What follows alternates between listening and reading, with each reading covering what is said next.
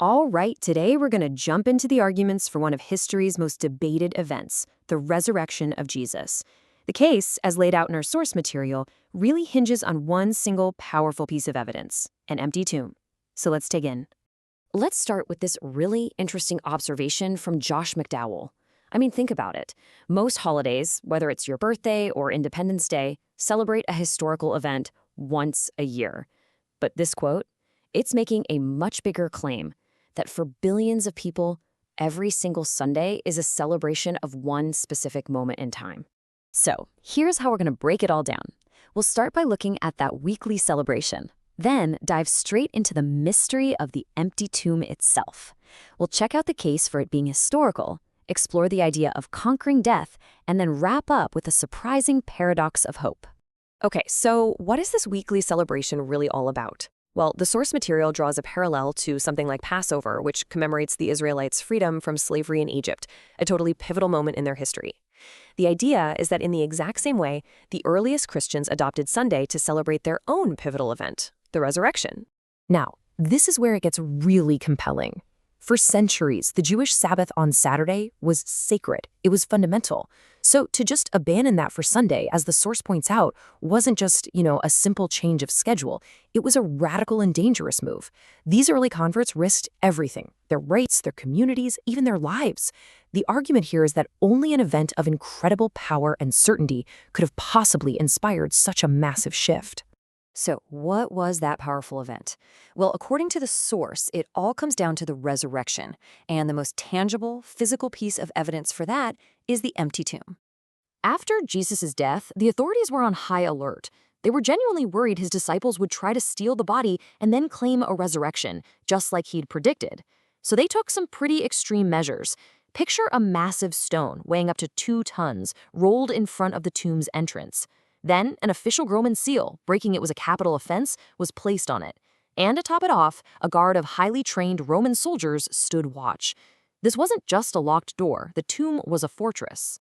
So, you've got this tomb, secured by the full power of both the Roman and Jewish authorities. It's airtight. The question is, what could possibly happen next? In the pre-dawn darkness of that Sunday morning, Mary Magdalene comes to the tomb. But instead of finding a sealed grave, she finds that massive stone rolled away. The tomb is open. And in a total panic, she runs to the disciples Peter and John, and her words are just filled with confusion, not joy. She says, "They have taken the Lord out of the tomb, and we don't know where they have put him." So Mary's first thought is, grave robbers. But what if it's more than that?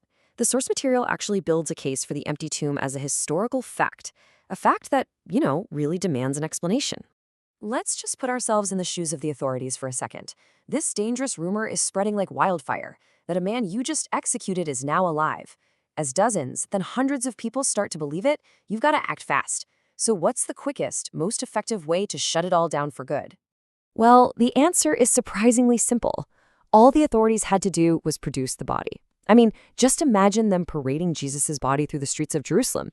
Game over, right? The Christian movement would have been dead on arrival. But they never did. So the source poses a simple question. Why not? And the answer it offers is even simpler. There was no body to show. Now, the official story that got put out was that the disciples stole the body while the guards were sleeping. But our source really pushes back on this. It reminds us that the disciples weren't some band of commandos. They were terrified fishermen and tax collectors. After their leader's horrific execution, they were literally hiding behind locked doors, fearing they were next. The idea of this scattered, terrified group sneaking past a Roman guard, moving a 2-ton stone, and making off with a body, well, it seems at best like a real long shot. So if the historical arguments point toward an empty tomb, what does that actually mean? Beyond the what happened, our source explores the so what, the 2 profound theological implications. And the first is that the empty tomb represents a victory over humanity's oldest and greatest enemy. Throughout history, death has been called the king of terror. It's the one enemy nobody can beat. Not the wealthiest king, not the strongest warrior, not the most brilliant doctor. It's the great equalizer, the final word. And for all of human history, it's held us in its grip of fear. That the empty tomb, in this interpretation, changes the entire game. It's not just about a missing body. It's a conquest. See, Jesus was dead and buried, just another victim of the king of terror. But when he walked out of that tomb, he didn't just escape death. He defeated it.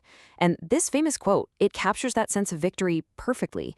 It's a defiant taunt, a declaration that death itself has lost its sting. And that victory leads right into the second major theological point.